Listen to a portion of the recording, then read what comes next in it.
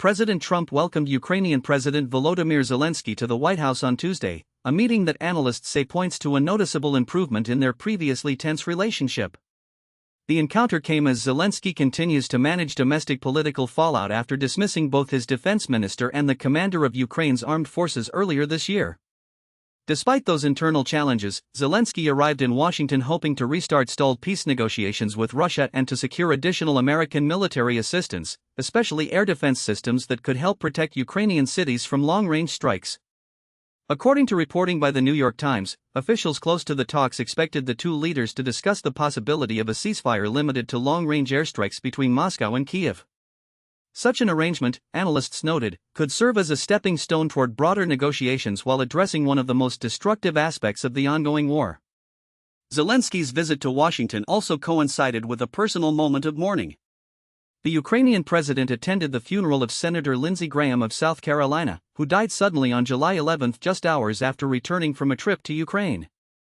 Graham had been described by commentators as perhaps Ukraine's most prominent Republican ally within former President Trump's circle, a group that has often echoed Russian talking points on the conflict.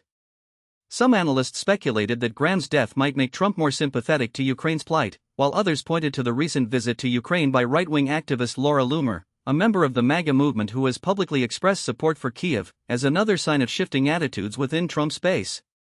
Beyond personal gestures, strategic calculations also appear to be driving the meeting.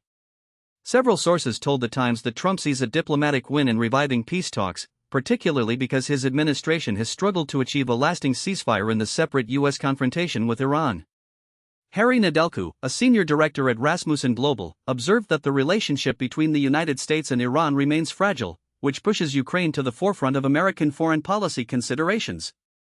Nedelcu added that the meeting offers each leader a chance to validate the other's diplomatic efforts. Trump could leverage Zelensky's international standing to bolster his own image, while Zelensky could gain a powerful advocate in Washington at a time when Trump faces domestic political headwinds. The history between the two men has been anything but smooth. Their first face-to-face meeting at the start of Trump's second term ended poorly, with Zelensky reportedly asked to leave the Oval Office amid a heated exchange. Since then, the Trump administration has consistently leaned toward Russia in peace negotiations, asserting that Zelensky lacked the leverage to win favorable terms. Under Trump, the United States curtailed nearly all military aid to Ukraine, a decision that contrasted sharply with the bipartisan support the country had previously received. Since those early setbacks, Zelensky has worked deliberately to smooth over tensions with Trump. Ukrainian officials have highlighted the country's battlefield successes, noting that Ukraine has performed better against Russia this year than many expected. Analysts credit much of that resilience to advances in drone warfare, which have allowed Ukrainian forces to conduct reconnaissance, strike targets, and intercept incoming threats with increasing effectiveness. This growing proficiency in unmanned systems has not only bolstered Ukraine's defense but has also aligned with the kinds of capabilities Trump has historically praised. Reflecting that shift, the United States has begun to look to Ukraine for assistance in its own drone programs, particularly in the context of the broader U.S. effort against Iran.